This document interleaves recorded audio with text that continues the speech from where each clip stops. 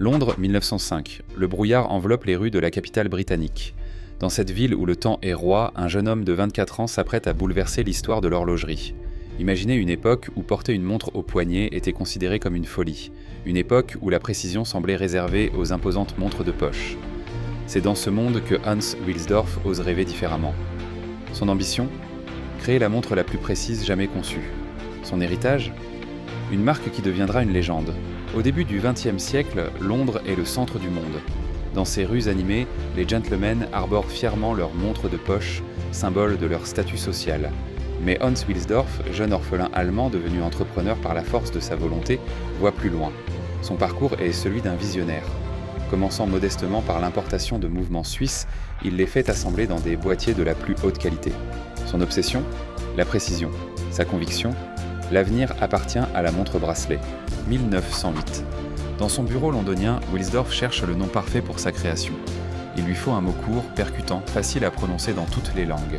La légende raconte qu'un matin, dans le brouhaha d'une rue de Londres, il entend le murmure distinct d'une montre qu'on remonte. Rolex, Rolex. Comme un souffle du destin, ce nom résonnera bientôt dans le monde entier.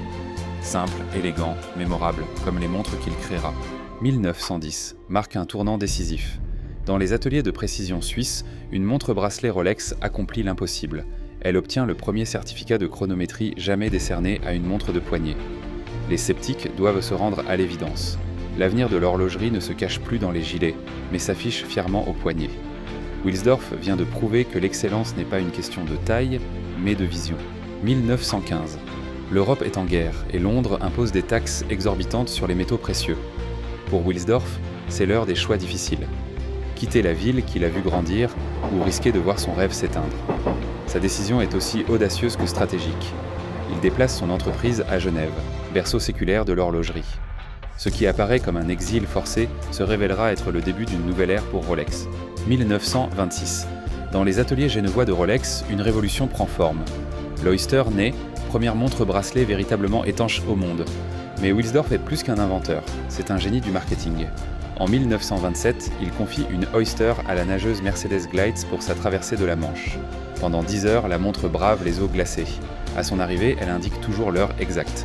Le monde entier en parle et Rolex devient synonyme d'innovation. 1931, alors que le monde se remet de la Grande Dépression, Rolex dévoile une innovation qui changera à jamais le visage de l'horlogerie, le rotor perpétuel. Pour la première fois, une montre bracelet se remonte automatiquement, alimentée par les simples mouvements du poignet de son porteur. C'est une révolution technique, mais aussi philosophique. La montre devient véritablement une extension naturelle du corps humain. Au fil des décennies, Rolex accompagne les plus grands exploits de l'humanité. Du sommet de l'Everest aux profondeurs abyssales de l'océan, des cours de Wimbledon au circuit de Formule 1, la marque transcende son statut de fabricant de montres. Chaque Rolex raconte une histoire d'excellence, de précision, de dépassement de soi. Ce n'est plus simplement une montre, c'est un témoin du temps qui passe et des rêves qui se réalisent. L'histoire de Rolex est celle d'un rêve devenu réalité. Du jeune orphelin allemand à la création d'une des marques les plus prestigieuses au monde, Hans Wilsdorf nous a montré que la seule limite est celle de notre imagination. Aujourd'hui, chaque Rolex qui quitte les ateliers de Genève porte en elle cet héritage d'excellence et d'innovation. Car comme le temps lui-même, la quête de la perfection ne s'arrête jamais.